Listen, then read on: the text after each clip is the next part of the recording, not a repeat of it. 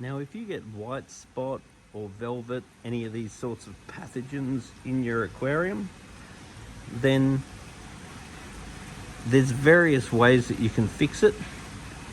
But once you've fixed it, it's really important to let the tank wait a minimum of 4 weeks, better off 6 or even 8 weeks, before considering adding new fish to the tank again. Because the way that it works is the fish contain various pathogens that are capable of making the fish sick.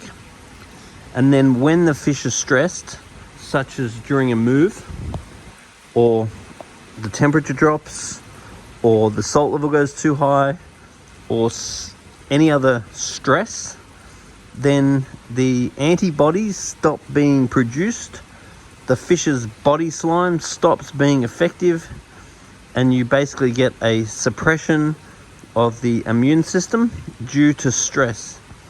Because when the animal is stressed, all of its energy is going to go into its fight or flight system. It's going to go into being alert and anything else that would protect the fish in nature from a stress. Then, once you have the fish have broken out with white spot, then you've got a few things you can do. Preferably, get the fish and throw them in a quarantine tank. In the quarantine tank, you can drop the salt level. You really want like 1.017. So a nice low salt level is going to aid the fish, because the osmoregulation system of the fish is not going to have to work so hard. And the salinity of a fish is about half seawater. So dropping the salt level is going to be a big boost for the immune system. So then what you're going to want to do is medicate the fish. So there's various white spot medications that are better off in a quarantine tank. If you don't have a quarantine tank, you can medicate the main tank as long as you use a reef-safe medication. There are various other animals you can use, such as cleaner shrimp, that can help these situations. Having a UV sterilizer can help these situations. But basically, getting the white spot under control is your first go-to. Making sure your temperature's maybe slightly on the warm side. Then stabilizing your quarantine tank or your tank. Once you've treated the white spot, using whatever means you've had available to you, then you want to wait 4 weeks to 6 weeks, or better 8 weeks, before adding new fish. Because the way these pathogens work is the immune system of the fish falls, the pathogens go crazy, they reproduce on a hard surface, and they come back looking for a new host. So if you're exposing those pathogens to UV sterilizers or medications, or even just lower salinity, all these things are going to help. Other things you can do is look at synthetic immune system boosters such as Vogel.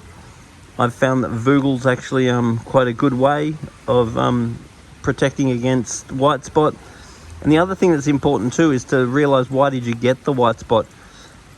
So any stress is a possible cause for white spot, but the main causes is introducing the fish more regularly than once a month and putting the fish into higher salinity. So if you add a fish to your tank and then you wait a full month to make sure there's no dinoflagellate pathogens from the last lot of fish introduced, then you can introduce the next lot of fish. Then you wait a month, then you can introduce the next lot of fish. If you put some fish in and then a week later chuck some fish in, that's when you're going to get a high risk of this problem. And the other thing is the salinity. If you go putting the fish into higher salinity, you're going to increase osmotic pressure, and therefore energy is going to come out of the immune system and into the osmoregulation system.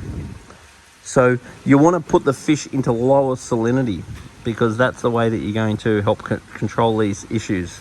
So keep your stress level down, Don't add the fish more regularly than once a month, and don't put the fish into higher salt. They're the things that you want to do to not get white spot. Having a UV sterilizer, having ozone, having a UV are all different ways that you can help to not get white spot. Using reef safe medications are better than nothing. Having cleaner shrimp is good. Using products like Vogel are all advantageous. Anyway, if you have anything to contribute to the issue of pathogens, then make sure you put a little note on the bottom of this video. So basically, water quality and nutrition is the key. So I'd highly recommend, if you don't use this food, I'd highly recommend using it. That's the food that I find is the best as far as aiding the fish with the nutrients that they require. But anyway, wait at least a month after you've fixed the problem. Once you're 100% confident with your fish and you've waited a full month, better too, then you can think about adding more fish to your tank.